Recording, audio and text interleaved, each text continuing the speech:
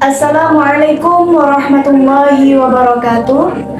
Teman-temanku yang berbahagia, pada kesempatan kali ini saya sudah bersama dengan seorang narasumber. Beliau merupakan guru spiritual dan juga guru saya sewaktu saya menempuh pendidikan di Madrasah Aliyah dan juga di pondok pesantren. Assalamualaikum Bu Ginti Mubarakah. Waalaikumsalam warahmatullahi wabarakatuh. Bagaimana kabarnya pada malam hari ini? Alhamdulillah sehat. Alhamdulillah. Mohon izin Bu, saya akan memberikan beberapa pertanyaan. Mohon izin untuk wawancara kepada panjenengan. Baik Bu, langsung saja. Dalam sepanjang sejarah perjalanan kehidupan panjenengan, mungkin bisa diceritakan Bu supaya kita itu bisa mengambil hikmah dari cerita perjalanan kehidupan panjenengan, mulai dari mondok sampai sekarang bisa mengajar di berbagai tempat. Bismillahirrahmanirrahim. Saya mulai mondok itu setelah lulus sanawiyah saya di sanawiyah Jagung. Waktu itu belum mendapat ijazah. Setelah perpisahan langsung berangkat ke pondok, ijazahnya belum jadi, dengan hanya membawa dua setel baju busana muslim, karena pada waktu itu busana muslim tidak seperti sekarang yang mudah didapat dan harganya pun juga cukup mahal bagi kami cukup mahal. Setiap harinya sebelum saya ke pondok itu saya ngaji di masjid bersama Pak Yai Maki, guru Al-Quran saya. Itu juga hanya pakai baju biasa, baju lengan pendek, terus bawahannya yang panjang pakai jarit itu pun jaritnya ibu saya. Kerudungnya pun juga kerudungnya ibu saya. Jadi ketika mondok itu saya belum punya koleksi baju, sehingga ibu saya membelikan saya baju 2 setel dadak di pasar pada waktu itu pun juga yang tidak yang mahal, yang kami mampu kita aja. Kemudian saya berangkat ke pondok itu, waktu itu jalannya masih belum aspal, masih jalan makadam, jalannya masih sulit. Itu pun naik sepeda hotel digandeng sama ayah saya. Pada waktu itu menurut saya jauh sekali mondoknya, nanti kalau pulang bagaimana, kan pada waktu itu juga kendaraan umum juga masih jarang sekali dan tidak melewati daerah pondok. Terus kemudian setelah sampai di sana disowankan pada Mbah Yai dan Kiai. Terus pada waktu itu saya belum langsung ikut kegiatan mengaji di pondok, karena pada waktu itu tujuan saya mencari pondok yang ada sekolah formalnya. Terus kebetulan pada waktu itu masih belum masuk. Kemudian masuk hanya sekitar berapa minggu gitu. Sekolah formal dialihkan ke Hasanuddin pada waktu itu. Terus akhirnya Abah nimbali semua santrinya yang berencana untuk sekolah formal juga mondok itu. Kemudian diberitahu bahwa nggak apa-apa, tetap mondok di sini, tetap ikut pelajaran pondok. Nanti kalau waktu ujian baru ikut ujian. Terus akhirnya sekolahnya itu tidak setiap hari, hanya pada waktu akan ujian. Itu pun juga tidak dikasih materinya apa saja, kita disuruh mencari sendiri, yaitu lewat teman-teman yang sekolah keluar. Pada waktu itu ada 2 orang yang sekolah di Mantogo. Terus akhirnya saya ngambil atau pinjem bukunya teman-teman yang yang sekolah di Mantolgo, atau bukunya kakak saya. Kakak saya kan juga alumni Mantolgo. Akhirnya saya juga bisa sedikit-sedikit bisa belajar dari buku-bukunya kakak saya. Kan kalau zaman dulu buku itu bisa untuk bertahun-tahun, tapi kalau zaman sekarang ganti semester ganti buku, akhirnya bukunya yang lama tidak bisa digunakan oleh adik kelasnya, tapi kalau zaman waktu saya itu masih bisa. Terus kemudian saya dalam masa penantian untuk masuk ke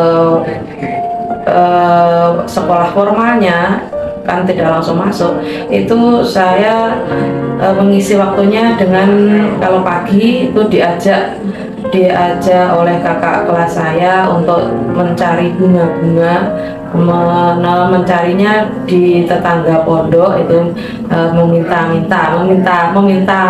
meminta untuk diberi bibit bunga untuk ditanam di pondok, karena pada waktu itu juga bertepatan dengan pemindahan lokasi kamar dan berikut tamannya. Kalau zaman saya itu kamar dan tamannya itu dilumba setiap setengah tahun sekali, itu dilumbakan. Jadi sebisa mungkin mereka mempercantik kamar dan juga tamannya. Dan pada waktu itu taman yang dikasihkan ke kamar saya itu pas taman yang belum ada bunganya sama sekali. Akhirnya kemudian kami membuat taman. Jadi kegiatan saya sehari-hari kalau pagi itu membuat taman dengan satu kakak kelas saya yang namanya Mbak Nur Hasanah, itu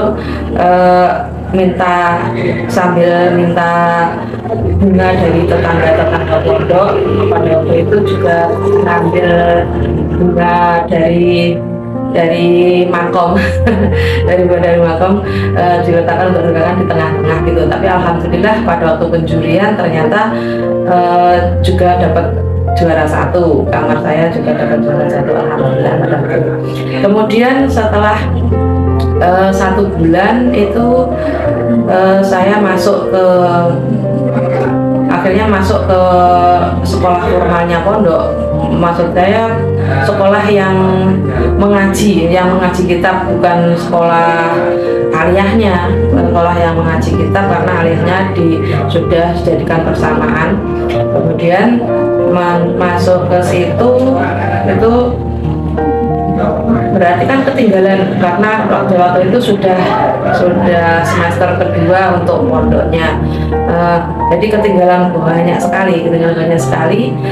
Tapi karena saya memang bercita-cita, memang ingin mendalami ilmu agama dan juga ilmu umum, akhirnya dengan tekad yang kuat, akhirnya alhamdulillah saya bisa menyamai atau mengejar ketinggalan saya dari teman-teman saya. Terus alhamdulillah hasilnya bagus juga. Sekitar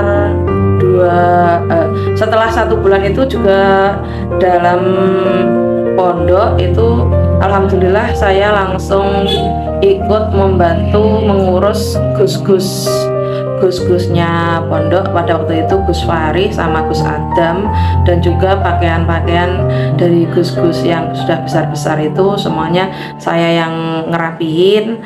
Terus kalau ada kebutuhan dari Gus Adam yang paling kecil itu saya juga yang ngurus pakaiannya dan juga belajarnya. Pada waktu itu juga Al-Qur'annya juga diserahkan kepada saya untuk Gus Adam itu pada waktu itu. Jadi 1 bulan di pondok itu saya sudah ikut dalem, ngarani ikut dalem gitu istilahnya, ikut dalem. Pada waktu itu ada peristiwa bahwa selama saya mondok itu kan pada waktu itu belum ada telepon, jadi untuk memberikan kabar kepada orang tua itu sulit sekali. Nah pada waktu itu saya kehabisan bahan makanan, karena pada waktu itu hanya dikali 5 kilo beras, dan itu pun dimasak bersama-sama. Nanti siapa yang punya beras gitu dimasak bersama-sama dengan kelompok-kelompok tertentu gitu. Terus pada waktu itu masih sekitar 15 harian itu saya sudah kehabisan beras, dan saya juga sudah tidak punya uang, juga tidak punya apapun untuk dimakan. Terus kalau ikut makan dengan teman-teman kelompok itu saya sudah malu karena berasnya sudah habis, sudah sebagian dipinjam sama kakak-kakak tingkat, kakak-kakak kelas, itu belum dikembalikan. Saya mau minta juga malu. Terus akhirnya setiap hari itu saya berpuasa, setiap hari berpuasa, karena itu yang saya bisa lakukan. Setiap hari berpuasa sampai 15 hari lebih lah, sampai 15 hari lebih itu hanya berbuka dengan minum air sumur. Nanti ketika beduk maghrib tiba itu saya langsung lari ke sumur untuk minum sekenyang-kenyangnya. Terus kemudian saya menunggu teman-teman di musola untuk melaksanakan sholat maghrib, dan itu berlangsung 15 hari lebih. Kemudian sudah sampai 40 hari kan, kalau mondok pertama itu kalau belum 40 hari belum boleh pulang. Terus akhirnya setelah 40 hari itu saya juga tidak bisa mengabari rumah untuk menjemput. Akhirnya saya inisiatif untuk pamit kepada abah dan ibu untuk pulang sendiri, untuk bersenang sendiri. Pada waktu itu terus saya pulang, taunya abah dan ibu saya dijemput, padahal saya nggak dijemput, nggak ada yang jemput. Terus kemudian saya jalan kaki dari Jatinom ke Kanigoro, itu jalan kaki, sampai rumah saya langsung panas badannya saya panas karena tidak pernah jalan jauh, dalam keadaan perut kosong karena sudah berhari-hari tidak makan, hanya minum saja. Akhirnya waktu yang diberikan itu kan hanya 2-3 hari saja untuk pulang, tapi ternyata saya karena sakit akhirnya molor 2 hari, kalau nggak salah molor 2 hari baru bisa kembali lagi ke pondok. Terus setelah dari sana baru abah dan ibu tahu bahwa ternyata saya pernah seperti itu. Setelah itu abah dan ibu selalu memperhatikan saya. Dari setiap ketemu selalu ditanya, Bin wes maem, selalu seperti itu. Kalau belum pasti langsung disuruh untuk makan di dalam. Pada waktu itu seperti itu. Jadi alhamdulillah, malah akhirnya peristiwa itu malah mendekatkan saya kepada abah dan ibu.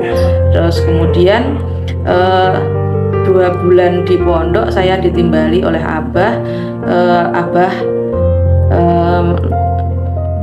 mau mendirikan TPQ, kemudian kepala TPQ-nya akan diserahkan kepada saya, karena abah percaya bahwa saya mampu untuk melaksanakan itu. Kemudian pada waktu itu karena mendirikan TPQ itu kan pada waktu itu juga belum punya murid. Akhirnya saya beserta Mbak Sam pada waktu itu, Mbak Sam dari teman saya dari Gogotiso. Kalau sekarang tinggalnya di Gogotiso, kalau dulu daerah mana ya Mbak Sam? Daerah Kademangan gitu, rumahnya Kademangan. Itu setiap hari, setiap ada waktu senggang, kami berdua itu selalu mencari murid dari rumah ke rumah, Alhamdulillah untuk murid pertama itu sudah langsung mendapatkan banyak murid. Pada waktu itu langsung banyak murid, dan dua tahun kemudian itu untuk wisuda pertama, dan itu masih pertama kali di Blitar, wisuda Quran. Kalau yang dulu itu kan pada waktu itu kalau wisuda dari TPQ itu adalah wisuda jilid, tapi pada waktu itu pondok menyelenggarakan wisuda Al-Quran pertama kali. Jadi benar-benar khatam Al-Quran baru di wisuda, dan alhamdulillah pada waktu itu muridnya sudah mencapai 125 lebih lah untuk murid TPQ-nya. dan berhasil alhamdulillah. Dan setelah itu setiap tahunnya sudah langsung bisa untuk melaksanakan wisuda TBK. Terus kemudian 2 tahun di pondok itu saya waktu itu masih imriti, itu saya mengalami keluarga saya mengalami musibah, yaitu adik saya meninggal. Padahal saya sangat dekat sekali dengan adik saya. Terus itu yang membuat saya seperti down.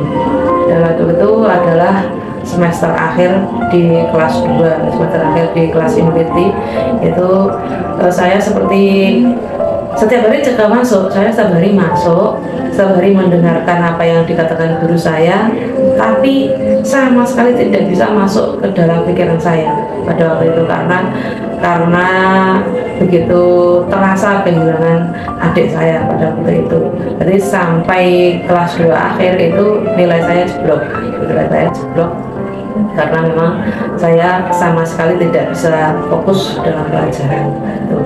Kemudian untuk alfiahnya itu alfiah teraneh alfiah teraneh yang pernah ada, karena pada waktu itu guru kami yaitu Bapak Habib itu beliau juga merangkap sebagai tukang bangunan di pondok, membangun pondok yang sebelah belakang itu, yang pondok tingkat yang belakang itu. Jadi kalau siang itu tidak sekolah, kami sekolahnya malam. Jadi kalau siang itu guru dan muridnya itu semuanya bekerja sama untuk membangun pondok yang belakang itu. Yang menjadi tukang adalah gurunya, yang menjadi kuli adalah murid-muridnya. Jadi kuli adalah murid-muridnya. Kemudian sekolahnya dialihkan malam setelah musyawarah bersama. Seperti biasa kalau ngoprah itu sawer, maksudnya disuruh musyawarah tentang pelajaran-pelajaran yang ada di sekolah gitu loh, yang dikaji, pelajaran-pelajaran yang dikaji itu disuruh dimusyawarahkan itu biasanya kan sampai jam 10 itu musyawarahnya. Setelah jam 10 baru kelas kami masuk dan setiap bangku itu selalu ada untuk, kalau zaman sekarang mungkin permen atau mungkin snack gitu ya, tapi kalau zaman saya dulu enggak, malah itu karak tiwul yang ada itu karak tiwul. Jadi masing-masing bangku itu masing-masing anak yang dihadapkan itu adalah karak tiwul. Jadi kalau nanti ngantuk itu bisa dimakan kan keras juga dia. Biar melek. Terus nanti minumnya bukan air mateng tapi air kamar mandi yang di pancuran itu, yang diambil yang biasa untuk mandi, untuk wudhu itu. Nah itu alhamdulillah ya tidak ada yang sakit perut, alhamdulillah. Kalau zaman saya itu yang untuk menghilangkan ngantuk itu perlu asam. Nah, itu masih bagus, asam masih enak kan.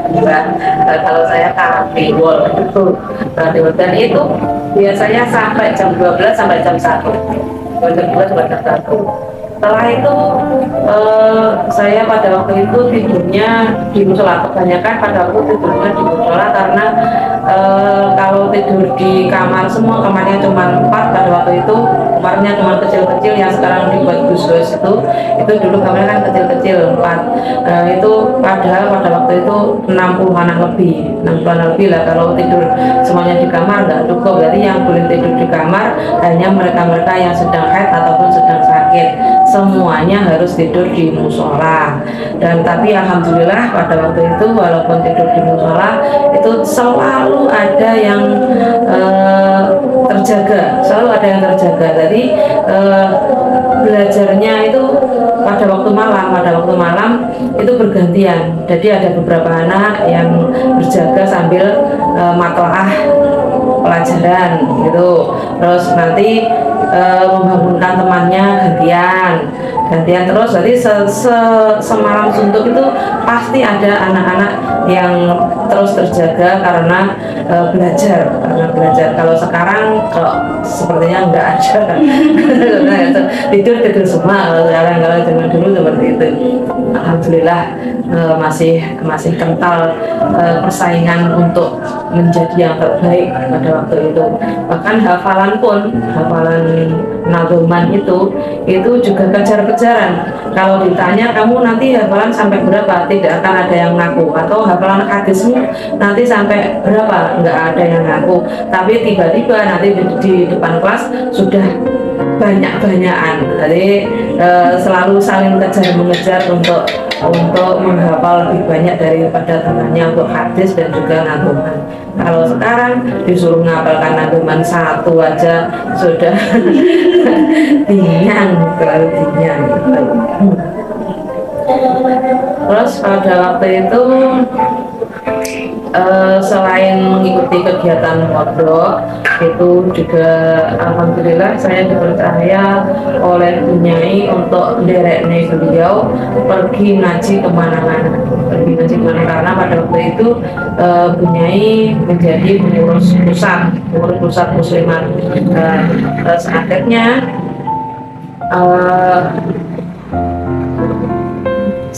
beliau itu selalu ada jadwal ngaji seminggu 2-3 kali ngaji, dan ngajinya selalu ke pelosok-pelosok. Dan dari situ otomatis saya kan ketinggalan pelajaran banyak sekali. Kitab saya itu yang kosong-kosong. Tapi setiap saya akan ikut ibu ngaji itu saya selalu mohon kepada Allah, semoga walaupun saya tidak bisa mengikuti pelajaran di pondok, semoga nanti ketika dibutuhkan saya bisa mengaji atau bisa membaca kitab kuning dan juga bisa menerangkannya. Itu yang doa yang selalu saya panjatkan ketika akan ikut ibu ngaji atau nderekne ibu ngaji seperti itu.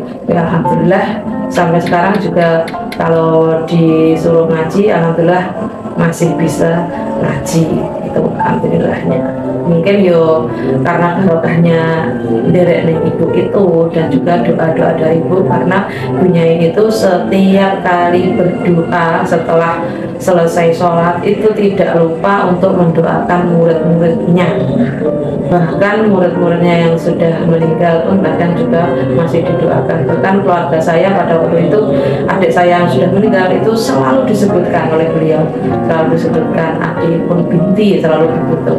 Ketika ibu saya meninggal juga begitu, ibu Ipun binti, adik Ipun binti selalu disebutkan. Itu saya yang salut dengan seorang Bunyai seperti itu, begitu menghargai, begitu apa ya namanya. Alhamdulillah selalu ingat lah, pokoknya selalu ingat dengan murid-muridnya, misalnya yang dekat. Bahkan beliau itu dengan saudara-saudaranya yang sudah meninggal itu hafal, disebutkan semuanya, dihadiahi Fatihah semuanya. Anak-anaknya juga seperti itu, semuanya disebutkan itu yang saya salut dengan Bunyai Hafsah itu yang masih belum bisa saya tiru. Kalau saya biasanya saya jamak, tidak saya sebutkan satu persatu gitu. Terus kemudian alhamdulillah walaupun hanya persamaan, kalau sekolahnya hanya persamaan dan belajarnya juga otodidak, maksudnya tidak ada gurunya, saya hanya pinjam bukunya teman-teman itu, alhamdulillah nilai saya dimulai dari semester awal itu tetap yang tertinggi, bahkan sampai akhir, sampai ijazah keluar itu juga masih tetap yang tertinggi. Dan akhirnya alhamdulillah saya bisa masuk ke universitas